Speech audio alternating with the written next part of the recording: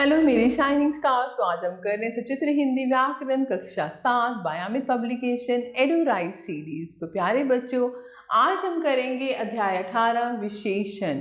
बच्चों, नीचे दिए गए वाक्यों को पढ़ो। मेरा कुर्ता 2 मीटर कपड़े से बनता है। महिमा ने सुंदर फ्रॉक पहनी है। लाल सेब मीठे होते हैं। तोता हरा है।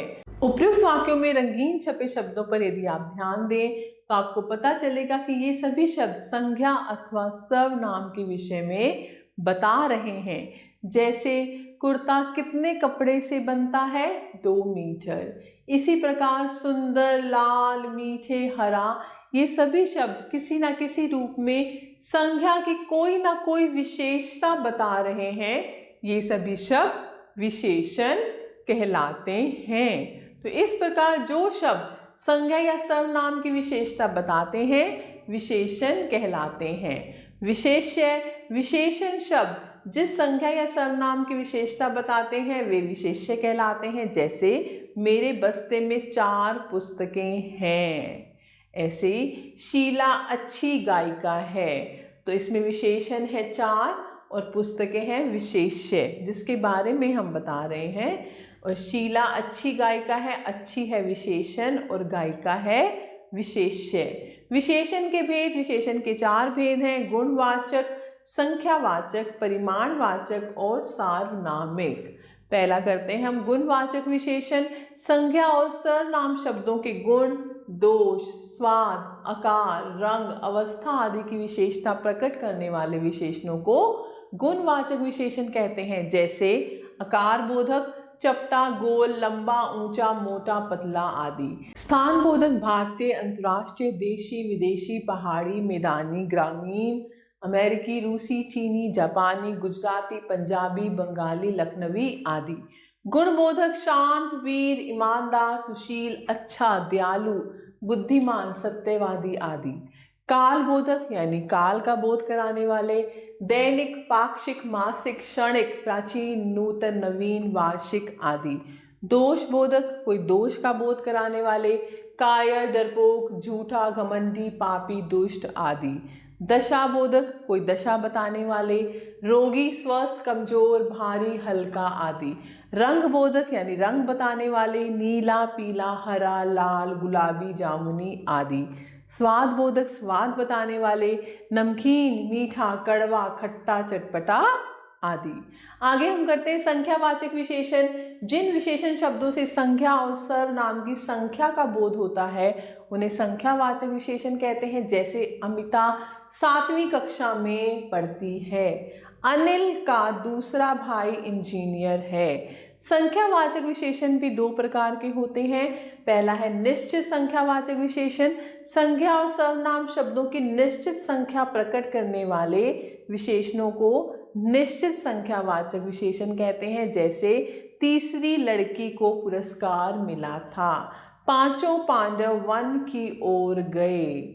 और अधिक जानिए, कई बार कुछ निश्चित संख्यावाचक विशेषण अनिश्चित संख्यावाचक विशेषणों का कार्य करते हैं। जैसे मेले में सैकड़ों लोग थे। अब हम आगे करते हैं अनिश्चित संख्यावाचक विशेषण। संख्या और सर्वनाम शब्दों की निश्चित संख्या का बोध ना कराने वाले विशेषणों को अनिश्चित संख्यावाचक विशेषण कहते हैं। जैसे बहुत से अतिथि बिना खाए चले गए। कुछ विद्यार्थियों ने गृह कार्य नहीं किया। यहाँ पर हमें किसी संख्या का बोध नहीं हो रहा है, इसीलिए अनिश्चित संख्यावाचक विशेषण है। आगे करते हैं हम परिमाणवाचक विशेषण। संज्ञा और सर्वनाम शब्दों की मात्रा और माप तोल प्रकट करने वाले विशेषणों को परिमाणवाचक विशेषण कहते हैं। जैसे सब्जी में थोड़ा नमक और डालो, 2 मीटर कपड़ा लाना। अब परिमाणवाचक विशेषण भी 2 प्रकार के होते हैं। निश्चित परिमाणवाचक विशेषण। संज्ञा और सर्वनाम शब्दों के निश्चित परिमाण का बोध कराने वाले विशेषण शब्दों को निश्चित परिमाणवाचक विशेषण कहते हैं। जैसे रश्मि ने 2 किलो आलू खरीदे। मंजू के सूट के लिए 4 मीटर कपड़ा लेना है। आगे है अनिश्चित परिमाणवाचक विशेषण। जिन विशेषण शब्दों से संज्ञा और सर्वनाम के निश्चित माप तोल का पता नहीं चलता उन्हें अनिश्चित परिमाणवाचक विशेषण कहते हैं। जैसे मुन्ने को कम दूध मिला, दाल में थोड़ा घी और डालो, मेरे लिए पर्याप्त भोजन है, चाय में अधिक चीनी पड़ गई। आगे है सार्वनामिक विशेषण। संख्या की विशेषता प्रकट करने वाले सर्वनाम शब्दों को सार्वनामिक विशेषण कहते हैं। इन्हें संकेतवाचक विशेषण भी कहते हैं। जैसे उस लड़के को पुरस्कार मिला, वह घर सुनंदा का है, यह सड़क सूर्या कॉलोनी जाती है, ये फल मीठे हैं। और अधिक जानिए, ये सर्वनाम शब्द संख्या शब्दों से पहले लगकर उनकी विशेषता प्रकट करते हैं, इसलिए इन्हें सार्वनामिक विशेषण कहते हैं। अब हम करते हैं संख्यावाचक और परिमाणवाचक विशेषण में अंतर। कुछ वस्तुओं अथवा व्यक्तियों अर्थात गिनने योग्य विशेषणों के साथ जब संख्यावाची शब्दों का प्रयोग होता है तब वे संख्यावाचक विशेषण कहलाते हैं। जैसे किताबें, खिलौने, बच्चे, गाड़ी, घर, मोबाइल आदि गिनने योग्य हैं। कुछ ऐसी वस्तुएं जिन्हें गिना नहीं जा सकता, केवल मापा या तोला जा सकता है, उनके लिए प्रयुक्त होने वाले शब्द परिमाणवाचक विशेषण के अंतर्गत आते हैं। जैसे कपड़ा, पेट्रोल, तेल, घी आदि मापे या तोले जाते हैं, गिने नहीं जाते। तो जहाँ पर हम गिन सकते हैं वहाँ पर संख्यावाचक, और जहाँ पर माप तोल की बात हो वहाँ पर परिमाणवाचक। अब सर्वनाम और सार्वनामिक विशेषण में अंतर। संख्या के स्थान पर प्रयुक्त होने वाले शब्द सर्वनाम कहलाते हैं, जबकि संख्या से पहले लगकर उसकी विशेषता बताने वाले सर्वनाम सार्वनामिक विशेषण कहलाते हैं। सर्वनाम मैं कल घर जा रहा हूँ, तो यहाँ पर मैं सर्वनाम है। सार्वनामिक विशेषण यह पुस्तक मेरी है। पुस्तक से पहले हमने सर्वनाम लगाया है, तो ये सार्वनामिक विशेषण है। हम घूमने जा रहे हैं, यहाँ पर सर्वनाम है। कोई भिखारी खड़ा है, तो यहाँ पर सार्वनामिक विशेषण। अब विशेषण शब्दों की रचना। हिंदी भाषा में विशेषण शब्दों की रचना संज्ञा, सर्वनाम, क्रिया, अव्यय आदि शब्दों के साथ उपसर्ग या प्रत्यय आदि लगाकर की जाती है। तो पहला है संज्ञा से विशेषण शब्दों की रचना। यहाँ पर संख्या है, विशेषण, संज्ञा, विशेषण। तो बल, बलवती, नगर, नागरिक, पृथ्वी, पार्थिव, मनुष्य, मानुषिक, संतोष, संतोषी, पेट, पेटू, जाति, जातीय, चरित्र, चरित्रवान, शब्द, शाब्दिक, द्रव, द्रवित, गौरव, गौरवशाली, पीड़ा, पीड़ित, ग्राम, ग्रामीण, नाटक, नाटकीय, लूट, लुटेरा, धन, धनी या धनवान, नमक, नमकीन, दुलार, दुलारा, दुख, दुखी, लखनऊ, लखनवी, रोब, रोबीला, स्वास्थ्य, स्वस्थ, मास, मासिक, वर्ष, वार्षिक, मामा, ममेरा, शहर, शहरी, भाग्य, भाग्यशाली, लोभ, लोभी। सर्वनाम से विशेषण शब्दों की रचना। जैसे सर्वनाम है, विशेषण, सर्वनाम और विशेषण। मैं, मेरा, मुझसा, हम, हमारा, तुम, तुम्हारा, यह ऐसा, कोई, कोई सा, जो जैसा, कौन कैसा, वह वैसा। क्रिया से विशेषण शब्दों की रचना। क्रिया है और विशेषण है। बेचना, बिकाऊ, कमाना, कमाऊ, उड़ना, उड़ाकू, खाना, खाऊ, मिलन, मिलनसार, खेलना, खिलाड़ी, अड़ना, अड़ियल, सड़ना, सड़ियल, घटना, घटित, लूटना, लुटेरा।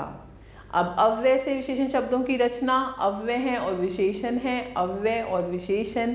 आगे, अगला, भीतर, भीतरी, बाहर, बाहरी, ऊपर, ऊपरी, पीछे, पिछला, नीचे, निचला।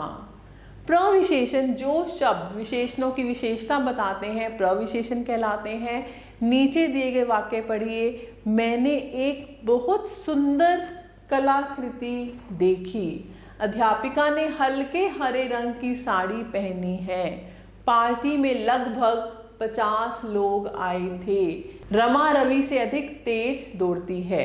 ऊपर दिए गए वाक्यों में रंगीन छपे शब्द, बहुत, हल्के, लगभग और अधिक तिरछे छपे विशेषण शब्दों क्रमशः सुंदर, हरे, 50 और तेज की विशेषता बता रहे हैं, अतः ये प्रविशेषण है। अब हम करते हैं विशेषणों की तुलना। जब हम किसी वस्तु, व्यक्ति आदि की आपस में तुलना करते हैं तो उसके विशेषणों का प्रयोग करते हैं। तुलना में निष्कर्ष की दृष्टि से विशेषणों की 3 अवस्थाएं होती हैं। पहला है मूलावस्था। इस अवस्था में केवल विशेष्य की विशेषता बताई जाती है, उसकी किसी से तुलना नहीं की जाती। जैसे कुत्ता छोटा है, गोरैया सुंदर है, रवि मोटा है। दूसरा है उत्तरावस्था। इस अवस्था में एक विशेष्य की तुलना दूसरे से की जाती है तथा एक के गुण या दोष को बताया जाता है। जैसे खरगोश कुत्ते से अधिक छोटा है, तोता गोरैया से अधिक सुंदर है, रघु रवि से अधिक मोटा है। तीसरा है उत्तम अवस्था। इस अवस्था में 2 से अधिक विशेष्यों की आपस में तुलना करके किसी एक को सबसे अच्छा या सबसे बुरा बताया जाता है।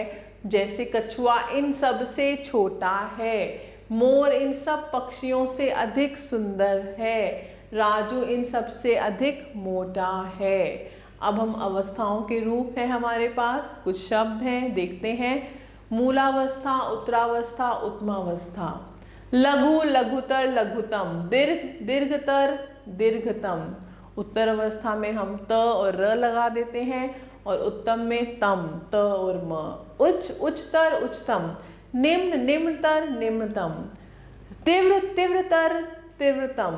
अल्प, अल्पतर, अल्पतम। ऐसे ये मूलावस्था है। उत्तरावस्था, उत्तमावस्था। प्रिय, प्रियतर, प्रियतम। सुंदर, सुंदरतर, सुंदरतम। निकट, निकटतर, निकटतम। महान, महानतर, महानतम। मधुर, मधुतर, मधुरतम।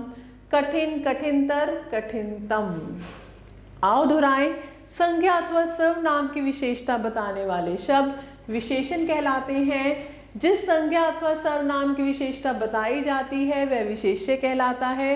विशेषण के 4 भेद हैं, गुणवाचक, संख्यावाचक, परिमाणवाचक और सार्वनामिक। विशेषण की 3 तुलनात्मक अवस्थाएं हैं, मूलावस्था, उत्तरावस्था और उत्तमावस्था। जो विशेषण शब्द विशेषणों की विशेषता बताते हैं उन्हें प्रविशेषण कहते हैं। अब आपकी बारी। प्रश्न 1, सही विकल्प चुने। मेरी दोनों पेंसिलें खो गईं। गुणवाचक, संख्यावाचक, निश्चित संख्यावाचक या परिमाणवाचक?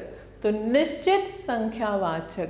हम सबने बहुत मिठाई खाई। हम सबने बहुत मिठाई खाई, तो इसमें बहुत है गुणवाचक, संख्यावाचक, अनिश्चित संख्यावाचक या अनिश्चित परिमाणवाचक? अनिश्चित परिमाणवाचक। उस बच्चे को मैंने डूबने से बचाया, तो यहाँ पर बच्चे से पहले हम सर्वनाम का प्रयोग कर रहे हैं, कर्ता से पहले, तो यह है सार्वनामिक विशेषण। प्रश्न 2, निम्नलिखित वाक्यों में रंगीन शब्द अनिश्चित संख्यावाचक है या अनिश्चित परिमाणवाचक लिखो। चम्मच में से कुछ घी नीचे फर्श पर टपक गया, तो यहाँ पर हम किसी पदार्थ की बात कर रहे हैं, कुछ घी, तो ये है अनिश्चित परिमाणवाचक। परिमाणवाचक। हमारी कक्षा में बहुत कम छात्राएं हैं, तो छात्राओं को हम गिन सकते हैं। यहाँ पर ये है अनिश्चित संख्यावाचक। अनिश्चित संख्यावाचक। ऐसे ही मेरी चाय में थोड़ी चीनी ही डालना, थोड़ी चीनी, तो ये है अनिश्चित परिमाणवाचक।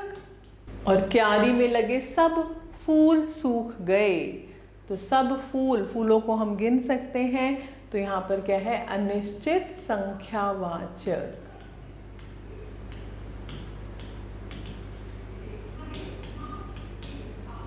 ऐसे ही प्यारे बच्चों प्रश्न 3 है, निम्नलिखित विशेष्य शब्दों के लिए 2-2 विशेषण शब्द लिखो। तो यहाँ पर विशेष्य है और 2-2 विशेषण लिखने हैं। रास्ता, तंग, सुंदर पेड़, सुंदर पेड़, विशाल पेड़, सांप, जहरीला सांप, बड़ा सांप, फूल, खुशबूदार फूल, सुंदर फूल, ऐसे ही आप कर सकते हैं। प्रश्न 4, कोष्ठक में से उचित विशेषण शब्द चुनकर रिक्त स्थानों की पूर्ति करो। वह शर्मा जी का डैश लड़का है, बड़ा या सुंदर? वह शर्मा जी का बड़ा लड़का है। कल एक डैश ठग पकड़ा गया, बेईमान या ईमानदार? कल एक बेईमान। ऐसे ही कल मैंने डैश कपड़ा खरीदा, 4 मीटर या 2 लीटर? तो कपड़ा क्या आएगा मीटर में? 4 मीटर। ममता कामिनी से डैश है, छोटी या चौड़ी? छोटी है।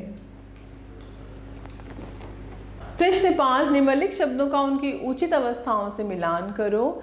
जैसे सर्वोच्च शिखर, सर्वोच्च शिखर यानी सबसे ऊंचा शिखर, तो ये है उत्तम अवस्था। सुंदरतम स्त्री, ये भी है उत्तम अवस्था। प्राचीन मंदिर, मूलावस्था। तीव्रतर धावक, उत्तरावस्था।